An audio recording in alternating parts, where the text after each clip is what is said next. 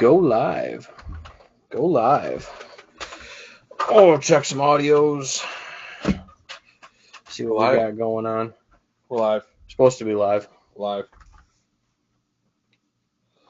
So Derek was in town last week. We did a little Idaho discussion, and then you popped in. Okay. Yep. I figured you guys be done with it. A lot to talk about, a lot of good points. Yeah. So, yeah, and then it was good to have him in town, get after it. I know, this place is still a mess from my birthday party, dude. I'm still picking up stuff. Is it a boot? I don't know what it is. Oh, yeah, that's the Dolly Parton boot from when me and my wife went down to Tennessee this year. That's what we got our drinks in at the Dolly Parton Stampede. Yep. Stampede. Got it. Is it Stampede or Stampede? Stampede. Oh. Yeah, just spelled Stampede. But yeah, so welcome everyone back to 100 Proof Whitetails. Been a while since Nate came down and was the only guest. Yeah. It's been a bit. We've been super busy, projects, and now like we're talking about, it's August and it's getting to be crunch time.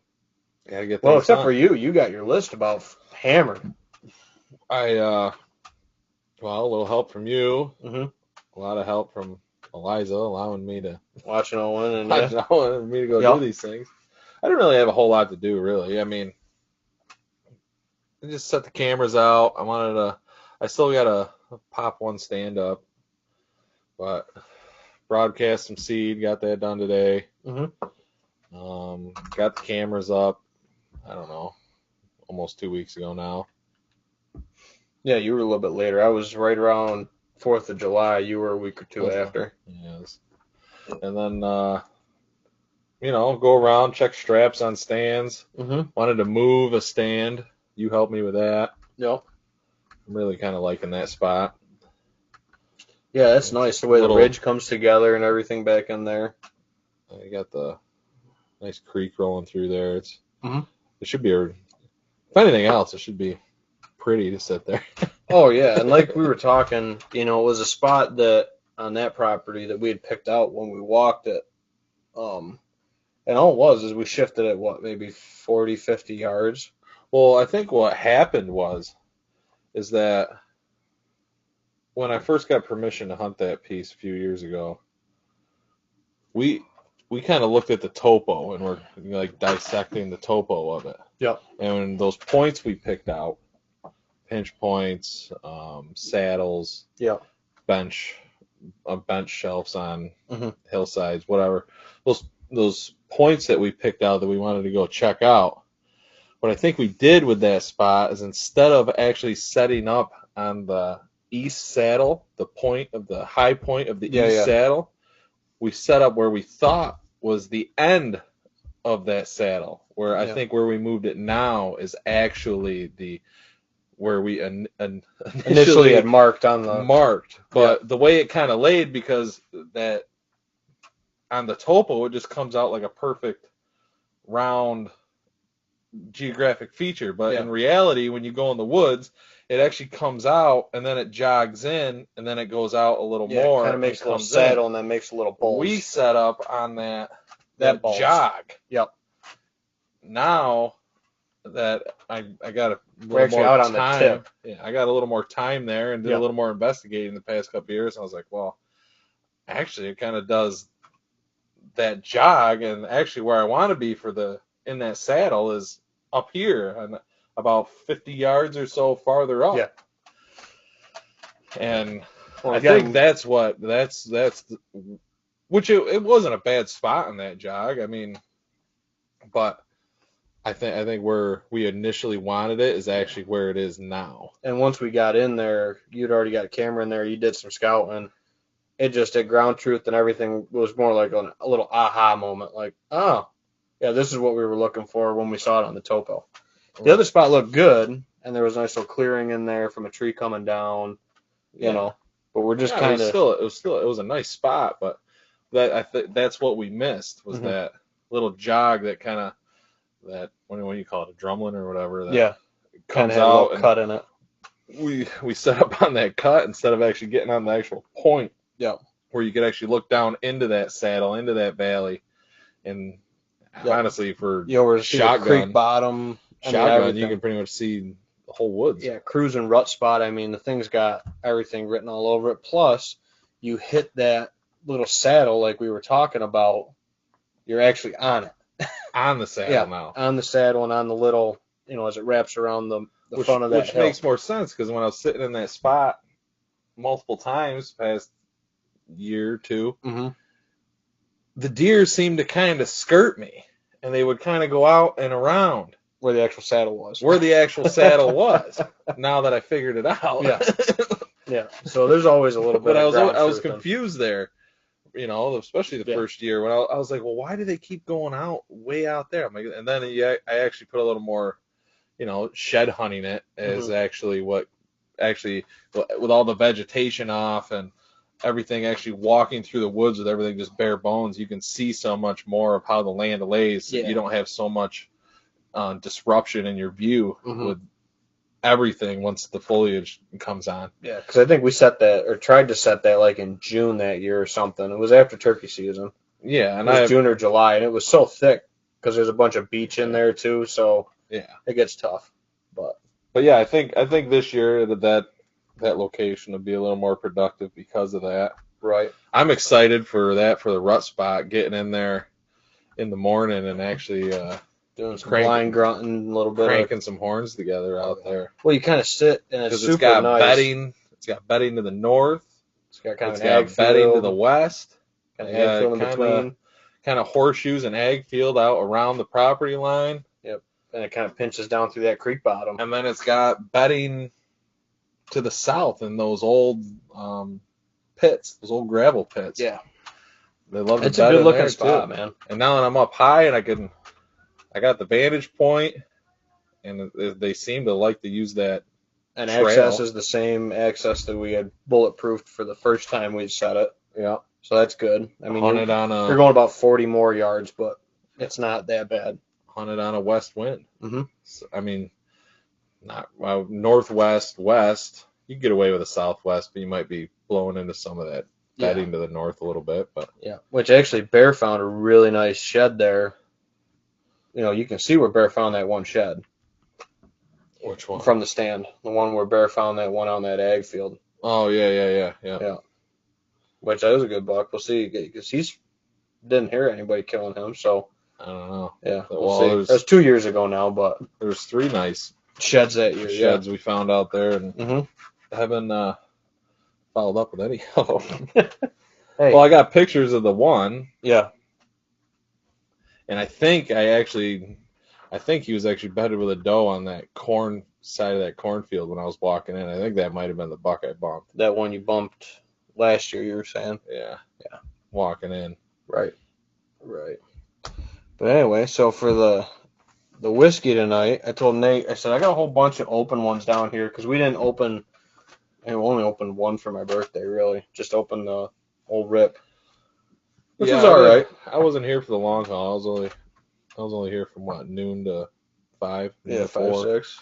Yeah. Well, Owen was coming back. They'd been camping all week. You hadn't seen Owen, and so I don't know what you guys got into after I left. No, that was pretty much it. I brought a few bottles up for people to try out of, but other than Jake and Gary getting after the fighting cock, Gary says it's one of his new favorites. That's what that's good. But no, I had this Owenby. And I think I bought it because it was like Owen. So I picked this up, I don't know, a couple months ago. January now, freaking 7 months ago. Yeah. So I figured we cracked that tonight because I got a whole bunch of them down here to start cracking.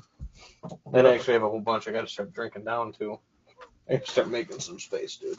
I'm running out of room. I need to add a shelf. Add a shelf. So yeah. Do you want me to crack it? Go ahead, crack it up. Tyler Jensen tuning in says, howdy. Howdy, Tyler. What do you got going on? Nice little pop. Nice little pop. Real cork in it? Yeah, real cork. Not one of them synthetic fake ones. I think I can't remember if the Rip had a real one or a fake one in it. Oh, yeah. I'm not using your... Rip had a real one. Your ladle or whatever. That's fine. We don't need to You don't need serving sizes. Just eyeball it. But yeah, so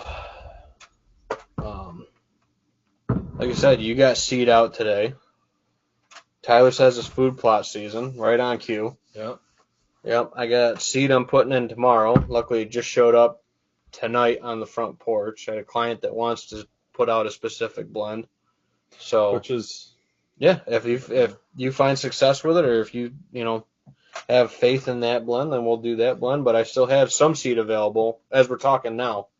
yeah. But I have a lot of orders coming in, dude.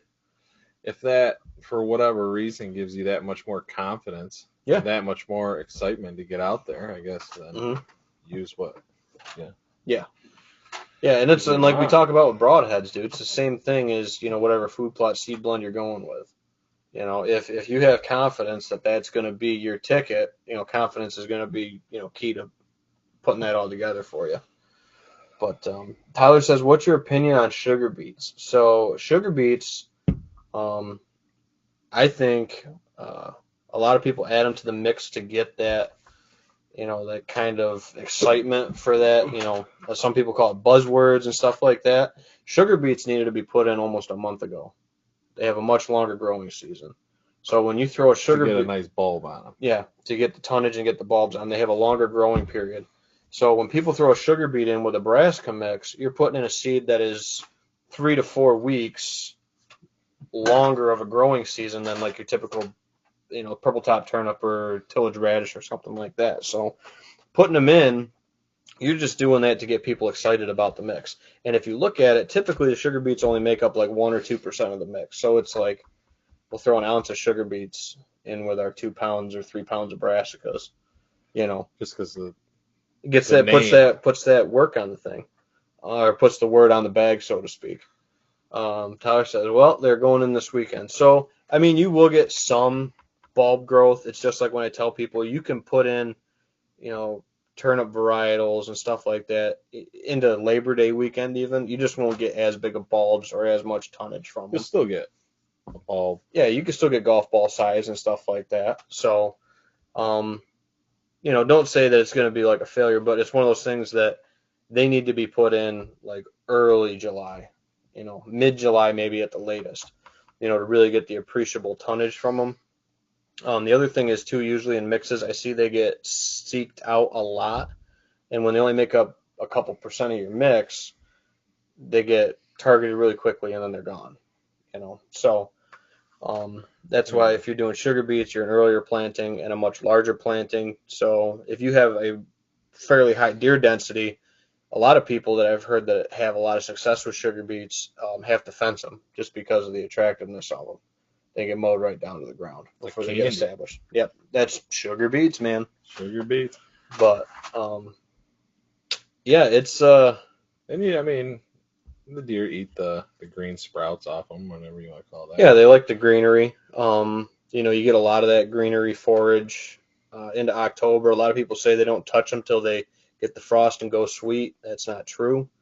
Starches don't turn into sugars. Whoever came up with that food plot myth way back in the day, and I was one that believed it or heard about it and told people that or whatever.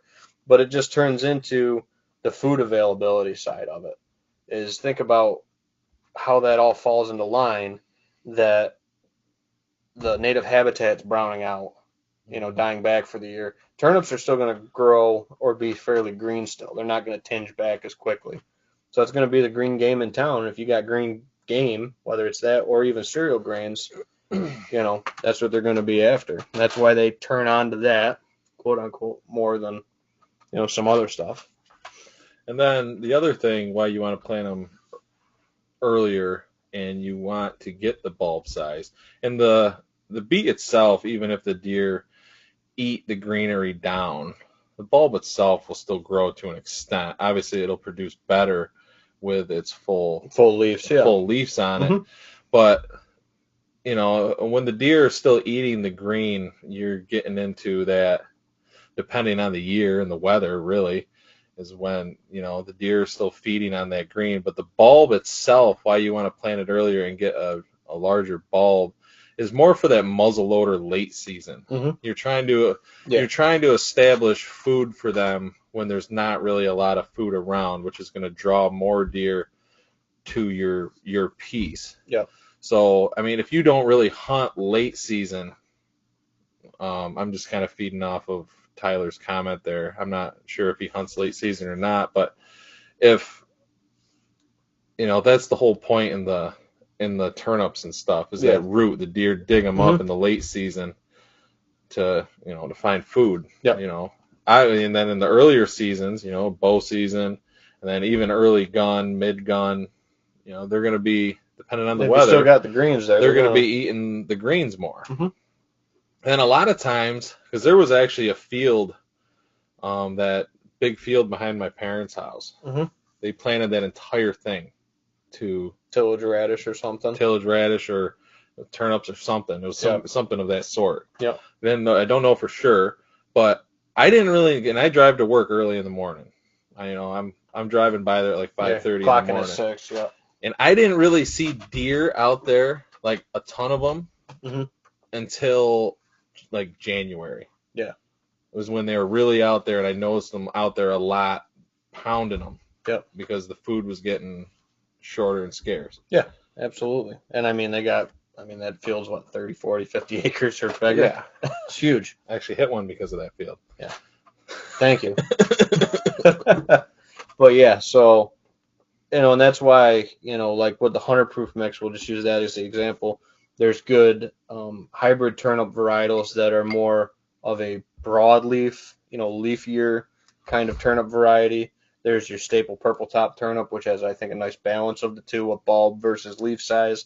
You got the tillage radish for some ground excavation, kind of mining of those nutrients in the soil. And then you got your crimson clover, which holds you over into the spring. That way, when you want to get rid of that, you put nitrogen back into the soil because, you're terminating that crop, releasing nitrogen, and you're helping out the soil as well. And you're combating compaction with the radish. It kind of fits a lot of slots for, most people. And it's a nice annual crop that you can put, you can frost seed clover into it if you want to turn it into perennial the next year. If you're going to go back to brassicas for maybe a second year, wouldn't recommend going 3. Or if you're even just going to kill it in the spring and put it to sunflowers or buckwheat or something like that, you can do that too. And you're not full on committed to a perennial clover field with it right off the get-go. And it works great, like what you did with it today, those outlaw plots, I call them. Mm-hmm. And the standing soybeans, farmers' ag beans, we waited kind of by happenstance till they hit their last spray on the beans to get the last of the weed competition out. Which all those weeds out there are still gone. Green. Oh, are they? Yeah, they bounced right back. Foxtail? There's no. I think it's foxtail. There was brown tints of it. Yeah. Like a couple weeks ago. Mm-hmm. And now it just bounced right back. So I don't think whatever they sprayed in there worked on what they it didn't get a full rate on it or whatever. That's tough to say. And again, if it's foxtail, it can be a bear, but that's why you wanted to get it out there, and that had wider rows too. So there's a lot more sunlight available in those soybeans specifically. But yeah, and typically I usually wait till it's later. If it's like a tighter road bean, I'm waiting for them to yellow, so there's more sunlight coming in, so I get some germination. But it's those rows were super wide for beans. Yeah, I think because they were trying to run a cultivator on them, to keep them, chemical free as much as possible. Yeah. But I think foxtail and the other stuff just took over, and it's wreaking havoc on it. Sorry, Tyler, I didn't see your comment come in. You said my deer clean out my pods before October, so I just throw everything and hope something makes it. Rape, turnip, radish, beets, white clover, crimson clover. If they eat them before October, I'll just overseed with some grains. Yeah, that's a great tip. Definitely you can overseed with those grains like cereal rye, winter wheat. If you have bare spots or you're getting too much browse pressure on your food plots. And the other thing is make sure that you're planting the right seed amount for your acreage. So if you have a half-acre field, don't put an acre worth of turnips on it because they're going to choke each other out. You're not going to get any bulb growth, and they're just going to be itty-bitty little things. So, like I did today. well, Maybe. we'll see. We'll see how it turns out. We'll see. So that's the tough thing with the spreader I gave Nate. It's partially my fault. That new spreader I got, the Then mix. broadcasting over beans, it might work out. Yeah. Because a lot of them will sit on top of beans if we don't get a hard rain or anything like that. Yeah. Get crowded out underneath I don't know. them. We'll see how it turns out. Yeah. But I think I had the gate open on that spreader a little too high. Yeah, so that's the thing too is with like the 100 proof mix, I recommend folks spreading on like a 1.5. This didn't have half increments on the spreader, so it was either a 1 or a 2. I spread on a 2. And Nate said he spread on a 2. Which is good for the radish would have been fine if it was mostly radish, but it's got the crimson clover and the turnips in it, which, should be like a 1 gauge. So 1.5 is kind of my happy medium with that 100 proof mix. A 1 or a 1.5. Got to file a 1.5 slot in there. That's what I was thinking. Notch it out a little bit. So, but yeah, we've been letting it sit for a little bit. Cheers on the Ombi. I sipped it. Did you try it? No, I didn't. That's good. I like it. I do like that. Not bad. Pretty easy sipping. From, what's that one? From Old Smoky. The Moonshine Company. That's their James Owenby Reserve branch of the distillery. So, I like that one. That was all right. Yeah, Tyler, that's a great tip too. Always spread lower. I tell that to a lot of folks. Do more laps, better than running out before the end of your plot. That's definitely a good tip. And if you look on the old spreaders, I don't know if that Chapin one has it, but they used to have on the bottom, they used to have a little chart that told you what you were spreading, what gate to set it on already. I didn't know if that Chapin had it. I didn't actually look. But a lot of the old ones, the old wooden ones especially, had like a little paper tag on the bottom stapled to them. It's a good idea. Yeah. So or don't have it anymore. Even a little cheat sheet that goes in with it, would be good. They usually get rid of all that good stuff eventually. Yeah. Makes you buy more seed. So we'll see how it is. Last year was my first year experimenting with these outlaw plots. Mm-hmm. And the one I did do, I don't even think I hunted it once. Honestly, I was tagged out or whatever. But yeah, we were hunting fronts. We were hunting fronts. We weren't hunting food. Yeah. But my plan was to actually hunt it if I still had my buck tag and muzzleloader. I was gonna go hop up in that stand. And the green tinge was there. Yeah, the green tinge was definitely there. I believe it worked. Mm-hmm. But we'll see. We'll see with this one. This one I actually put a little more thought into, with like placement and how to what time of year I'm planning on actually hunting it. Yeah. And how I can access it and set up and actually be at a distance. And I plan on hunting it with a rifle. Did you put some in both spots when we looked at it, like we talked about? No. Okay. No, I just put it in the one. I kind of. Well, I know I looked at the one. The far spot. When you went up the driveway, a little hedgerow spot we were looking at. I looked at that and I was like, eh.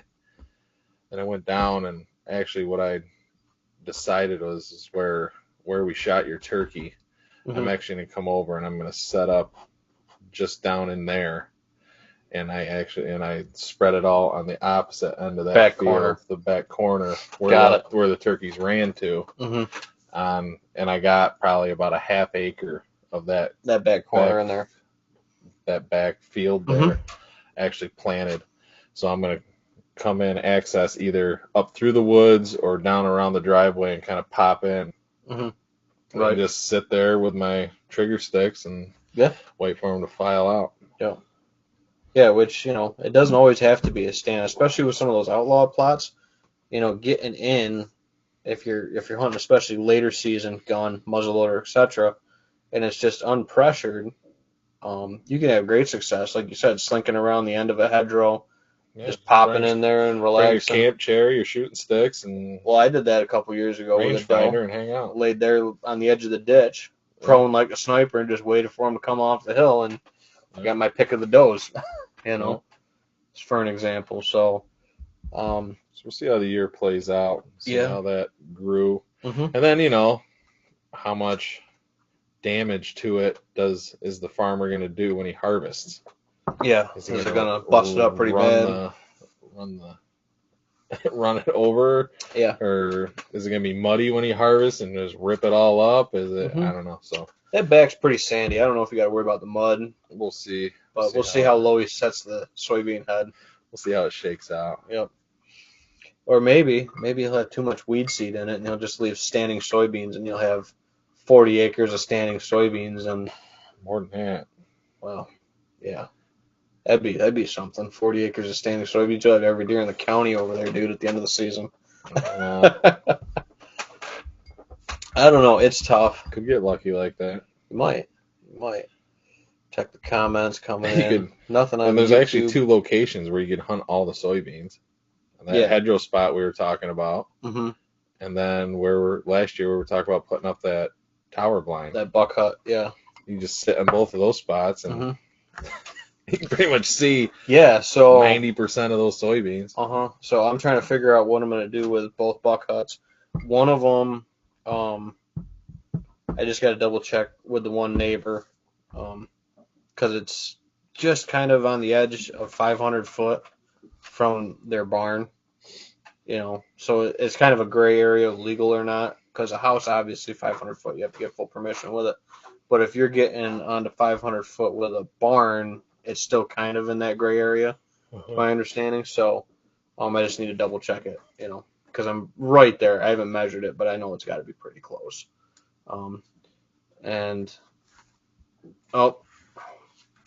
Special service announcement, breaking news. Breaking news. Dun, dun, dun, dun, dun, dun, dun, the Sauerkraut Festival is happening. It's the Kraut Fest weekend. Starting tomorrow, correct? Tomorrow. Yeah, Thursday through Sunday, right there. Youth night, right? Thursday through Sunday. You got bands playing every night. Yep. One of my favorites, some friends of mine, the EMD, Endless Mountain Derelicts, will be Thursday night. Are they Thursday night? Is that who's playing? I believe so. I'm looking for it right there. They're August 3rd. Yep. Of course, Larry's got to have his shower right now. That's all right. It just says music on grounds, but I believe I saw their post, the Derelicts post on Facebook. They said they were going to be there tomorrow. Yeah. So tomorrow, Thursday, if anybody's in town for Phelps, it's kind of youth day. They do kiddie parade. The rides for Playland Amusements are going to be open for the kids, obviously. The food and vendors are open, everything like that. Then there's piñatas for the kids at the pavilion on Thursday. Free arts and crafts and freezy pops for the kids. $10 ride special for the kids. A lot of stuff going on, man. A lot of stuff going on for the kids on Thursday. And Endless Mountain, you said, is Thursday, you believe. They're great. Yep. They're a lot of fun to listen to. Yeah, and then Friday, we got the Kraut Crawl, which... a little more of an adult day. Yep, which I believe Hannah said they're close to selling out on. So if anybody's interested in the Kraut Crawl, this is the most vendors they've ever had for the Kraut Crawl, most stops. So make sure you have your DD lined up accordingly. Looks like they got Night Train on the grounds. Yep. Friday night. And then music. Reporters playing at the Legion. Well, Friday night's the block party at the Legion, too. Yep, right. They do a big dance party at the Legion or whatever. Yep.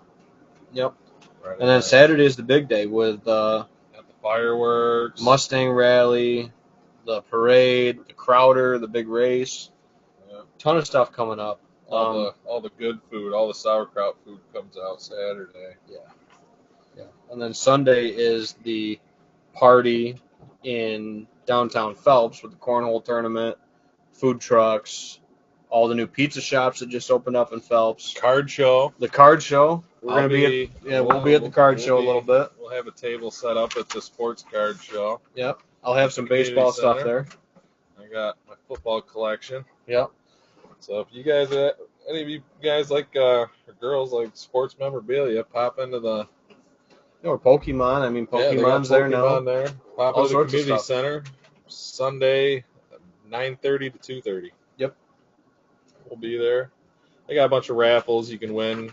I think they got a couple autograph Gabe Davis jerseys. Yeah, they usually got some Bill stuff that's on the door prize. Maybe raffles some mini and stuff helmets or whatever. Yeah. And some cards and stuff they'll raffle off. And that's from Diamond Cards and Collectibles. Obviously, they're at Baron Vine, Eric's shop. Yep. We've talked about him before on the show. So Yeah. shout out to Eric if he's tuning in. Eric. But yeah, a lot of stuff going on, and I'll be on standby for whatever my wife needs from me. Hannah organizes the whole thing. With Amanda, yep, her and Amanda. Hannah's the sauerkraut queen. Co-queen. Co-queen. Yep. Got to give Amanda her props too as well. And I don't know, my wife never asked me to be a sponsor, but there's a whole big long list here. I was gonna say I'm kind of bummed. I've never been asked to be a sponsor. We're not big enough. Well, even with the tin cup, nothing. I mean, shoot. At least be a freaking bronze. But yeah, so it's gonna be a busy weekend in Phelps. Yep. But a good time, and I got food plots I'm planting tomorrow. I'm doing a part day at work tomorrow so I can get it spread ahead of the rain for Thursday, Friday, which it's overnight, so hopefully it's not going to affect anything with the Kraut Fest. And that's it. Other than that, the weather looks great for the weekend coming up. Yeah. So if you can get seed out, like Nate got his out tonight, I'm getting mine out tomorrow afternoon ahead of the rain tomorrow night and a Friday. And that's the plan. And then for my plots, I'm spraying this weekend. After I mowed them last week, got enough growth bounce back so I can spray them. Some of them are going to be going back into turnips, or going into turnips, the ones that weren't turnips last year. Got to try kicking Brian into gear. I know, and of course I gave him an excuse today when I bent the foot on my loader. Come on, Brian. Yeah, and we got to get plots knocked down over at Grandma's. That's going to be cereal grains, though. That's not such a big deal. You know, because that's not like fighting the clock right now. But I'd like to have everything tied up at the farm before I move the tractor to Grandma's, and then before I move it to another client to do some work with it. I'm running around. Yeah, a lot going on. A lot of stuff. I like to have everything set by September 1st. Which you're in great shape for that. That's kind of you got one stand left. My rule of thumb the past 3-4 years is I'd kind of leave everything alone until about mid-July and August. Of course, it's like the 2 hottest months of the year, but it's always the hottest day, which it wasn't this year. It was raining this time. Just poured. I can never pick a nice day to do anything. You just do it when you got time, whether it's raining or not. Right. Oh, my wife must be tuning in. She's like, "You did what?" Yeah, I just bent one of the feet on the loader. It's no big deal. What? I don't take the loader off, so I don't Brian need the did foot. it. Yeah. Brian did it. Yeah. Something like that. But no, and then I can't complain, dude. The seed sale has been great this year. I doubled what I ordered last year, and it looks like I'm going to sell out again. So if I can keep this growing and scaling, I might double up again for next year and, keep folks happy. Had a lot of successful people, have good hunts over it. Great feedback from folks. Enough so that there wasn't any reason to change it or tweak it a little bit. It was rock solid the way it was, and we rolled with it. So, yeah. But yeah, I mean, going back to what I was talking about there. I mean, I like to give the month of September. I like to go in there, maybe just let everything soak. I want everything done. I don't want to touch anything. I don't even want to go look at cameras in September. Yeah. I want August to give me my feedback. Maybe go in September once and pull cards and just kind of see if anything new popped up or anything like that. Mm-hmm. But within a month and a half to 2 months of your cameras being out there, you should have a pretty good inventory and idea of what's lingering around. But yeah. I like to just let September soak, and I like to go out there. Like I said, maybe go out there once to go pull cards, and then just wait on season to start. Yeah, so I'm trying to figure out what else we got going on. We have the draft party this weekend, too. Forgot to throw that Fantasy football draft party is Saturday. Yep. I got 2 o'clock. Actually, food and everything would be at like 1. Mm-hmm. You can get there around noon, 12:30. Yep. And then we got the last couple weeks for our summer archery shoots. August is busy, man. Every weekend. I got crunch. My son's first birthday. We got the league, that's archery the 26th, league's dinner. Yep. That's the 27th. Yep, that's the 27th. I'm going camping, not this weekend, but the following The weekend. 12th, 13th. Yep. Going up to Black Lake with Jesse and Will. Nice. Yeah, there's a NDA event next weekend that I might go to. I haven't checked with my wife yet, so I haven't registered for it. And then the Woods and Water show is the 25th and 26th. That's there at the Steam Pageant grounds in Canandaigua. I'll be presenting at that. A lot of good people. Tom, I'll probably butcher his last name, Beachel. He's a very well-known coyote caller, coyote assassin, I guess you'll call him. Killed thousands of coyotes from Pennsylvania guys, so he'll be there. We might have him on the show coming up. He reached out about maybe coming on the podcast leading up to it, talk little coyotes and coyote hunting and stuff like that and calling, which is something that we've never done a remote guest. So trying to figure out how to coordinate that. I would just have him call in on the bullhorn. Could have him try to call in on the bullhorn, see if that works out. And then the Forever Wild dinner, I don't know if I can make that. That's on the 19th of August as well. That's up at the Chi-Lite Country Club, the Forever Wild Outdoors Banquet, which is always a good time. You went 1 year with me, right? Yeah. Yeah. A couple years ago. When it was in Naples. Yeah. And then family reunion on the 20th. I mean, dude, it just... Every weekend there's something. And then September rolls around. And the weddings start for me. Yeah, we have a wedding in September. I got 2 weddings in September, Yes. 1 in October, 2 in November. I got my Idaho trip in September, which the dates are finally hammered in. Flights booked. Finalizing how to get my bow out there, all that good stuff. Yeah, and tomorrow morning I call to find out if I can draw an elk tag for the lottery. So if you don't draw an lottery. elk tag, are you still going out? Or you're just going to like whitetail hunt or something? Whitetail or mule dealer, so I can get an over-the-counter general deer tag, they call it. So you can shoot a mule deer or a whitetail with it? Correct. So like as we'll go up on the mountain or whatever in the morning, if we get into some deer or glass some deer, we'll try to hunt them, or I'll be hunting along with they're trying to learn how to hunt elk. Because again, it's all new to me, dude. But again, there's 4 tags coming back up on the redraw or whatever. They might not even be for the zone that I want to hunt in either. So, but the reason we picked the dates that we did is because if there's another buyback beginning of September, I can also try to buy another elk tag then. So tags always roll back in and out. With outfitters not having enough guys book, stuff like that. Guys don't pay for their tag, so it comes back into the pool and they re-release it.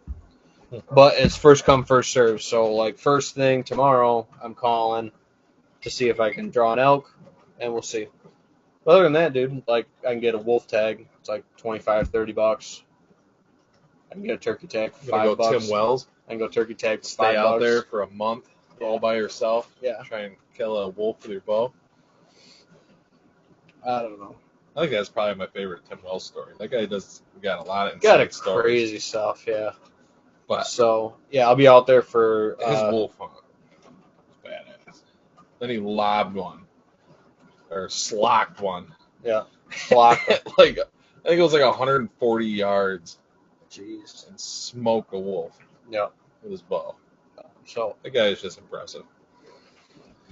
So in preparation for Idaho, I finally turned my bow back up. My arm didn't fall off. I didn't re-tear my arm. Knock on wood. Felt good. Shot good. Mm-hmm. You shot really good. I shot really good. I don't know. I think it was because I went to the chiropractor that day. I was all in line. Dr. Brett, Busy Bee, set you up. Get you ready for October. Yeah.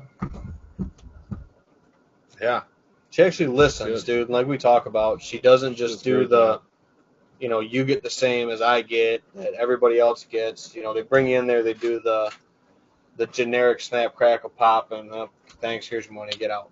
Yeah. It's always, what are you feeling? What's sore? What's tight?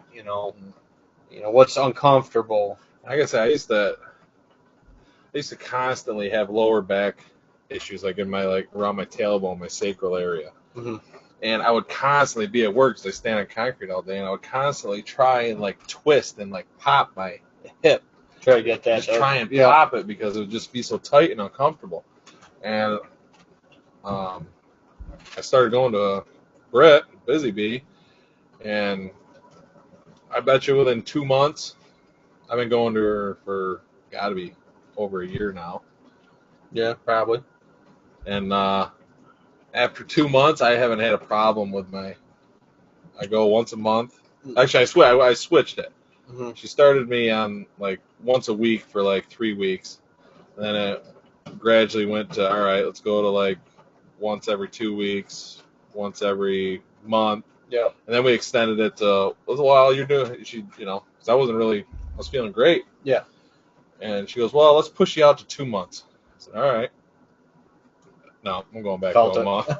Going back to a month. And again, it's just the uncomfortableness, and you don't realize how much you have it or get used to it before you start going to a chiropractor and start, really going like, man, like I feel a lot, more loose. I feel a lot better. Like nothing's sore, nothing's, Like I feel like I could stand here without like leaning on something. Yeah, right. Right. And again, it's not just the generic snap crackle. Like she does a lot of suction cup stuff. Cupping. To reintroduce blood flow back to a lot of areas. Lots of heat packs. Yep. Gets the gun out. Got the sauna. Yep, the sauna. I haven't done the sauna. It's for a couple extra bucks, dude. You can do a sauna after your session. Yeah. It's a discounted rate for the sauna. I really, really like the sauna a lot. So. Yeah, I got a little spoiled with that. My wife got me a bunch of them for Christmas, and then now I just throw the extra, whatever it is, $10 I think for the sauna after the chiropractic appointment. But yeah, definitely been a little bit of a life changer going to the chiropractor and getting straightened out. Yeah, and then Pete Cheney's doing. I don't know if they've even announced it yet. He's doing a Sportsman's Day at the distillery. Pete Hunt? Yeah. Pete hunts. Sportsman's Day. Tom don't hunt. I don't know if Tom hunts or not. I never talked to him about it. But what does Pete hunt? Deer. He shot a nice buck a couple years ago. Really? Yep. I didn't realize he hunted. I think it was his first buck actually. I didn't realize he hunted. Yeah. So at Smoking Tails Distillery, September 10th, we're talking about all the current events today. September 10th, 12 to 3, they're doing a pig roast, or hopefully doing a pig roast. They're going to have 7 to 8 different vendors, businesses. I'm talking like outdoor stuff, local business, that kind of stuff. I'm going to be there. My bourbon barrel mount's going to be done. I'm trying to get Mike. Did our deer ages come in? I don't know. I didn't check. I'll check right now.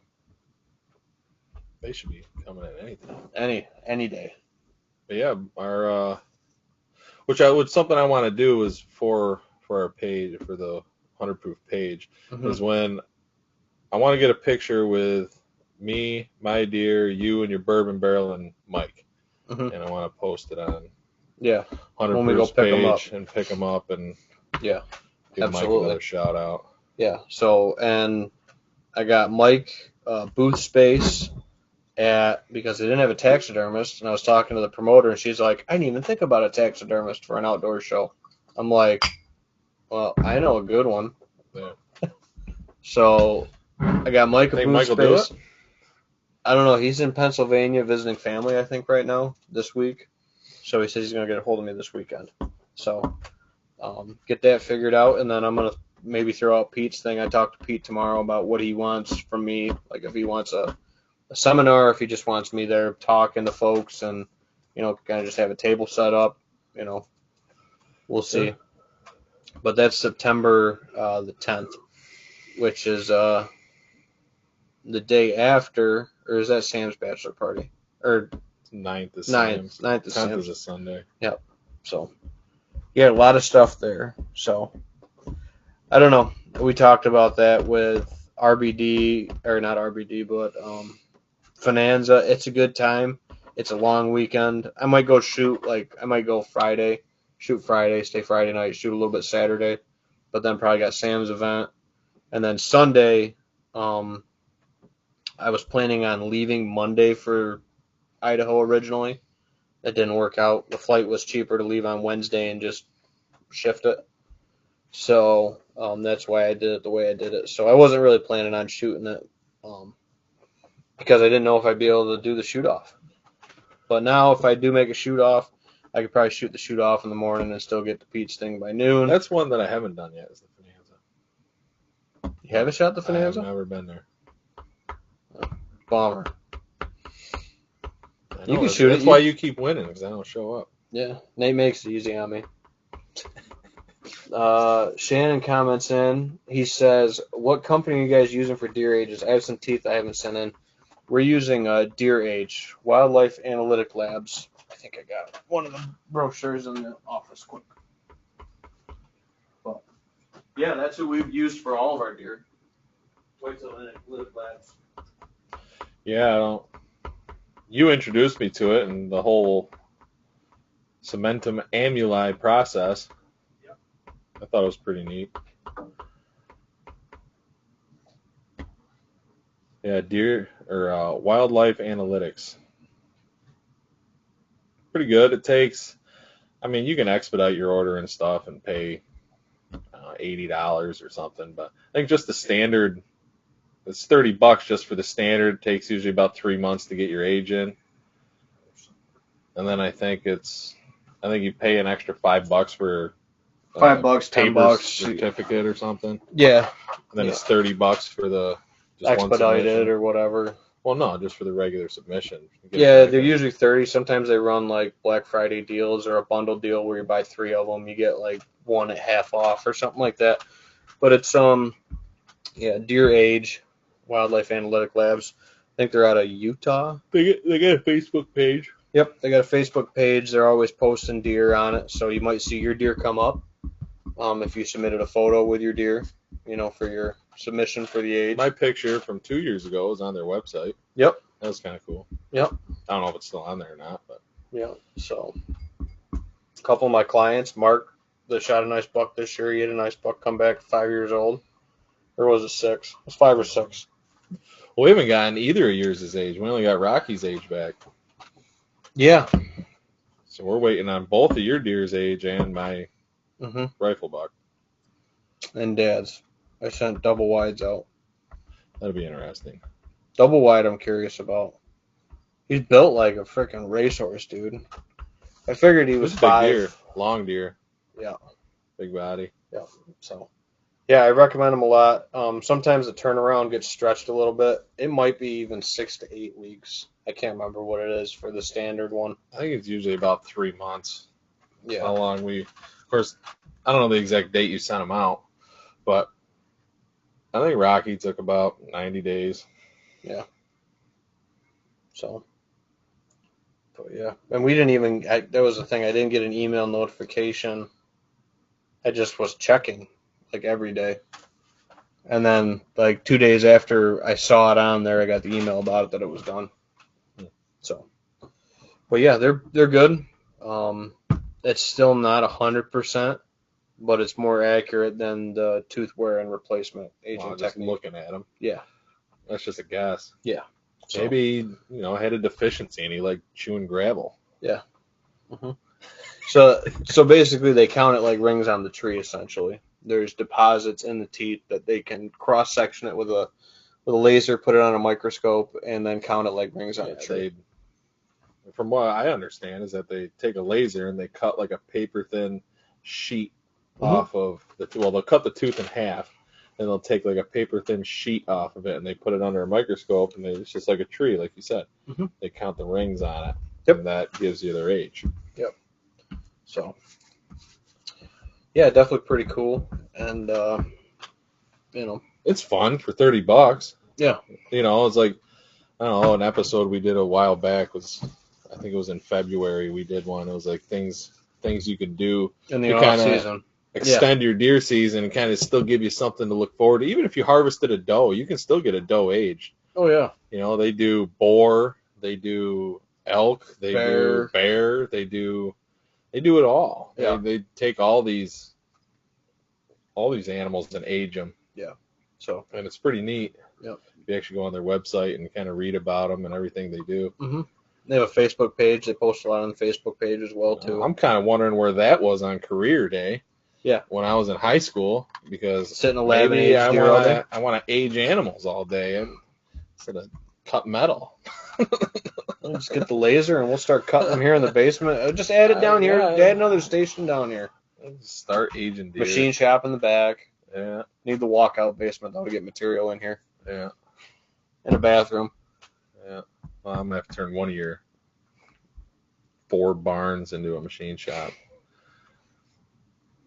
Hey. Gotta get rid of one of them. Hey. Yeah, I don't know if the video quality is really bad, but on ours it's really lagging tonight for whatever reason. Right. I don't know. Maybe Larry's watching, too much stuff. Maybe he's streaming on the Magic TV tonight, slowing it down. But, it might be. But no. But yeah, man, it's been, a lot of busy stuff. We got a lot more coming up. I need things to start winding down about mid-September. Well, actually, you got barn to prep too. Huh? You got your barn. We didn't even talk about your barn. I know. Well, it's gonna be interesting because I'm building the other barn, so everything in the small shed is gonna go in there. So I'm thinking we'll figure it out. There's just gonna be piles of crap everywhere for a while until my new barn gets put up. Which hopefully the new barn is actually up by like mid-September. And then I can just move everything back over. Well, so that's a barn that you got from your grandfather's old house that he had bought that you took down when you moved. Down. Yeah. I just gonna start this month on the grade work, stone, forming the concrete pad, get the electrical stubbed up, concrete it, pour the concrete, and then build the barn on top of the slab. Which is the other reason why I need to get moving with my tractor, because it's got to go to Clementi's quick to get their trails knocked in for the year, and then the goal is to move from Clementi's to your place. If your tractor doesn't work out, I do have other options. But yeah. No, I got you. We talked end of August, September-ish. Which the propane tank for the deer shed just got filled today, so we're good for heat. Take the chill out when it's 0 degrees. When we do the live show with the deer hanging again. Yeah, when we do the live show with the deer hanging and, telling the stories, shooting the bull. We could stand there and stare at that 140 or 150, 160, 150. I ain't got nothing like that on camera yet. Don't need, and that's the other thing. You never know; they might just pop up. You can't be getting discouraged with the pictures you're getting, and I also tell people don't get too excited about the pictures you're getting now in the summer. They move on. Well, especially if you're in heavy ag, and don't have supporting fall habitat for the deer come season. If you have summer food and supporting fall habitat, you can hold some of those deer over, but it's still like. Especially when the rut hits, it's a. Oh yeah, you can get. You never know. You can get cruisers, and a lot of times you can. I like calling them stranger dangers. And you can see a lot of those summer bucks come back in and check out those areas in that rut time frame that they were in for a month or two out of the year. Come back for a week, 10 days, whatever, and you get a stranger, or you just get a deer that's cruising through, man. I see though, all the deer I've killed though, besides my muzzleloader buck. 2 years ago, because that wasn't just on a 1-day permission piece, just kind of went out there and wung it and it worked out, is I got a history of them all year, if not 2 years history on them. So from what you're saying, it sounds like the pieces I'm hunting sustain to a certain degree. Yeah, absolutely. And our farm's a lot like that. My grandmother's has been a little different. Those deer, some of them I knew, some of them I didn't. But I don't have a buck that I've killed, maybe this year will be the different year. I don't have a buck that I've killed that I've never had a trail cam picture of. I've always had a trail cam picture of some sort of them. But again, work hard at the habitat to make it balanced, to hold them, sustain them, keep them, get the age under them, etc. And some of them aren't homebodies either. Some of them I get, like we said, a couple pictures in the summer, get nothing into early October, and I kill them 1st of November. See, this is like a funny trend that I've noticed, and it starts out, so usually get my cameras out about mid-July, first week of August. And it seems like I get steady, like decent pictures of bucks. And then all of a sudden, it's like September rolls around and I get nothing. Mm-hmm. They like disappear. Shift. Like they're gone. Yep. And then all of a sudden, mid-October, I start getting, or like second week of October, I start getting trickled pictures of them coming back around. Like, and this is from multiple properties. Mm-hmm. I think there's a lot of different factors to why that is, but it's just odd. But it doesn't matter what property I hunt. I mean, all the properties I've ever hunted and put time into have all been in the same area, same region. Yeah. A couple towns. Yep. But I think some of that could even be, like you said, September rolls around, you got nothing. But what are you doing in August leading up to September? You're cramming in, your tree stands getting trimmed. You're cramming in. You're putting a lot more intrusion into the woods, during that time. So maybe that pushes them out to the skirts a little bit. Puts pressure on it. I was thinking that a little bit of pressure could be. It's kind of subduing them, subdued them a little bit. Mm-hmm. But like you said, let that soak for another month plus, and like you said, right around October, boom, they come back. I don't think that's all of it, though. I think there's more to it. Yeah. Because if anything, pressure could just knock them down to nocturnal. If they like what's there, they like the food there, they like everything. They'll still come back. They're still going to come back when things are cool. Mm-hmm. So I think there's more to it. It could be shifting food types and food sources, cuttings of hay coming off, beans yellowing out, and then coming back to better fall habitat. Because your hunting pieces, you do have nice balance on your pieces of like fall habitat, summer food. Most of the cases you have either beans in some of the property or all of the property, depending on which one. Mm-hmm. So there is a lot of summer food, but then you have good fall habitat on both of them too, or all 2, 3, whatever properties. You have good fall habitat on all of them. Yeah. So, and you still get bucks that come in October that you didn't get pictures of in the summer either. So, and my biggest buck at 150s, I think I saw him in bow season in twilight. I'm not sure, but never had a picture of him. Hunted that farm for 10 years, so I knew it. I had it pretty well set up. We kind of had an idea, and then that was probably the worst season ever for me to start. Was the year you met me? Missed. It was the year I met you, because you didn't want to talk to me until I killed a big buck. You didn't want anything. Oh, that wasn't it. But anyways, that year I think I missed, like clean whiffed 4 bucks with my bow. I wanted to wrap my bow around a tree. I was so mad at myself. I was just over the whole season, like over it. I was over it. I was ready to sell out, like everything. 2018. And my buddy Jesse called me. He goes, well, let's go do some pushes the day after Thanksgiving. All right, we'll do some pushes. I'm like, I'll push. I'm like, I don't care. I'm just going to miss everything anyway. So, I just kind of had that attitude.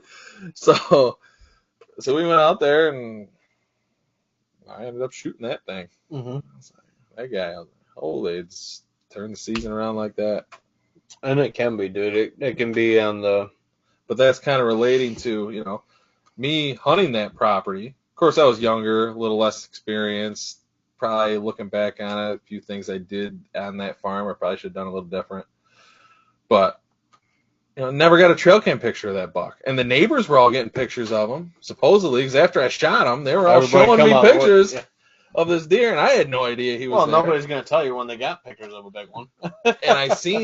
And I'm pretty sure it was him. I saw at twilight. He was about 75 yards cruising through the woods with a smaller buck, and it was just a huge framed buck. Yeah. And I'm pretty sure it was him in bow season. But I was running 5 cameras on that property, not one picture.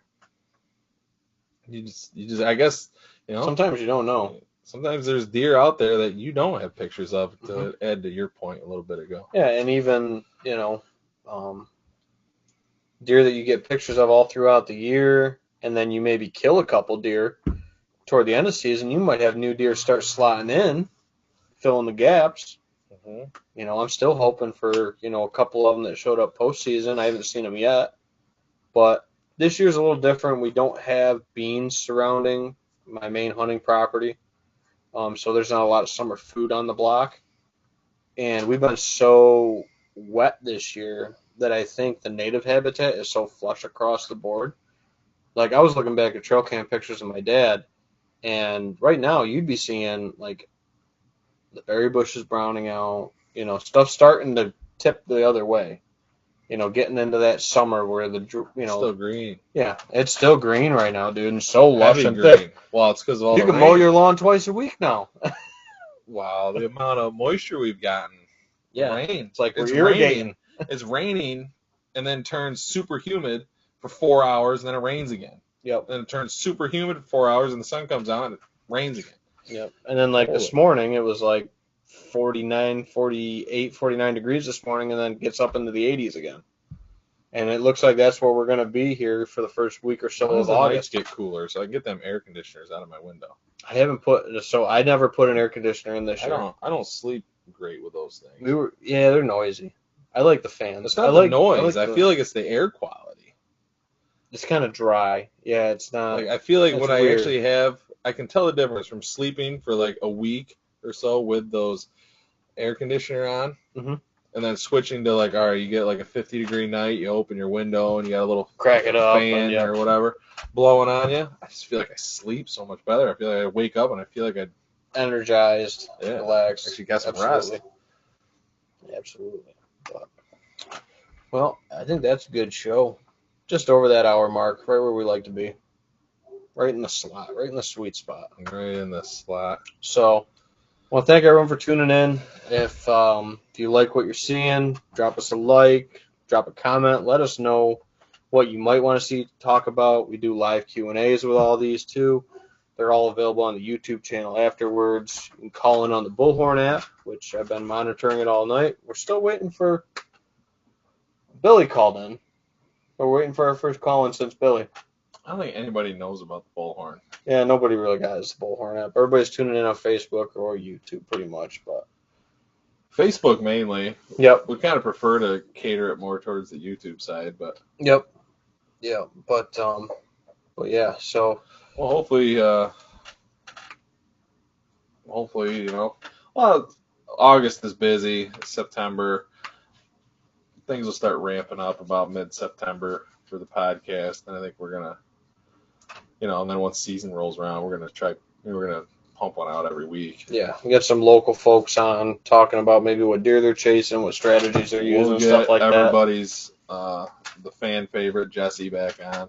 Connor maybe pop in for an episode. Yeah. We'll do one in his barn. Maybe with one hanging in his barn. Never know. Never know. But yeah, so. He's got a big lease now, so. Yep. Which actually he's talking about buying that lease. Straight out buying it. So, hey man. More power to him. Absolutely. So thank you everyone for tuning in. We really appreciate it. Thanks, Nate, for stopping by again. We don't know if we'll be back on next week or not. Depends on how busy everything goes, but I don't know if I'm going to be able to be on for the rest of this month. Yeah. September. August is getting busy quick. August is super busy. I think September I'll be able to start popping on again. Yeah. So maybe I'll try to get something filmed up with Tom from the Woods and Wildlife show coming up. Javen also said something about coming on. He's the guy that did the timber harvest at my grandma's for me, who kind of orchestrates the Woods and Wildlife Fest. So yeah, we got a lot of big stuff coming up, a lot of busy stuff. So stay tuned. We'll be posting updates as we go.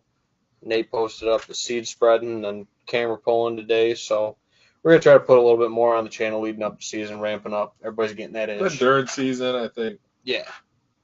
this year I'd like to post a little more, sitting in the stand. Yep.